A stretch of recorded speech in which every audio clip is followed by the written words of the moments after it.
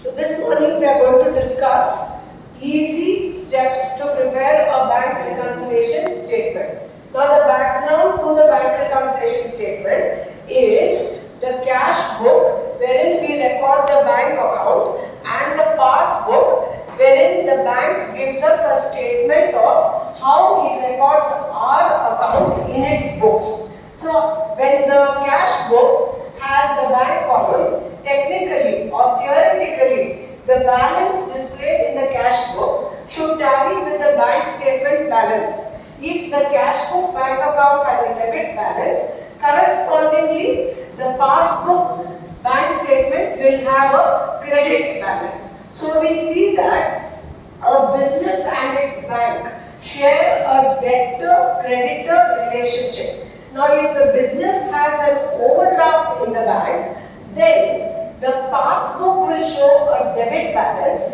and the cash book will show a credit balance, signifying that the bank is the creditor and the business is the debtor. However, we need to reconcile the two statements. That is, we need to prepare a statement to explain why the cash book bank column balance is not tallying with the passbook balance. So how do we do it? Now for this there are two important steps. First of all, we need to take the base. Now suppose that the cash book balance is revealing 5 lakh rupees as the cash at bank.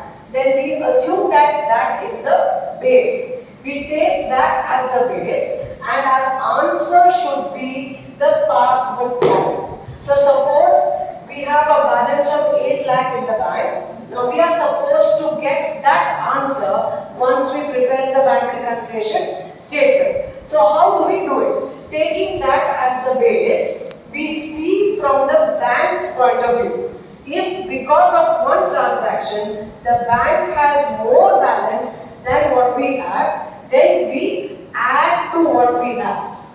If the bank has less than what we have, then we deduct from what we have in order to arrive at what the bank has. So let's take an example. Suppose we have issued a check. We have issued a check to Mr. X and the check is of 2 lakhs. When we issue the check, we have deducted from our bank account balance. So our balance is already reflecting the fact that this check was paid by the bank.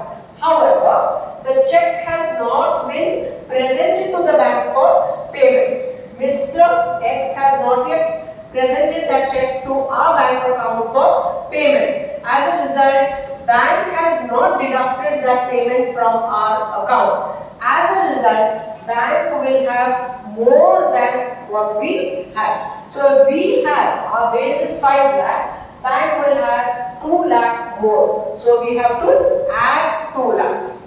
So checks issued, not presented for payment, will be added to the base of cash book balance.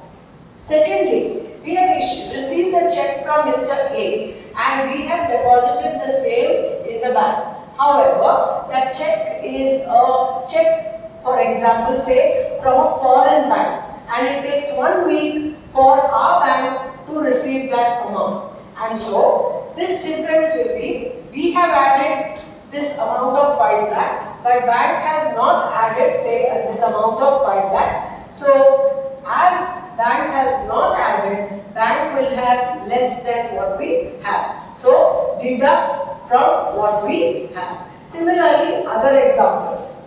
Suppose our customer has paid money to the bank directly, bank has added, we have not added, bank has more, so add direct deposits by customers. So also, bank has made some payments to our suppliers, to our insurance or electricity bill payments. Our utility payments have been made directly by the bank. If bank pays the amount directly, bank has deducted, so bank will have less, so less. So the items that will be added, for example, are number 1, checks issued but not presented for payment. Number 2, direct deposits by customers into bank. Third, bank allows interest. So interest allowed by bank will be added. Number 4, dividend received or interest received on shares or securities invested by the company or by the firm. Bank will receive the amount directly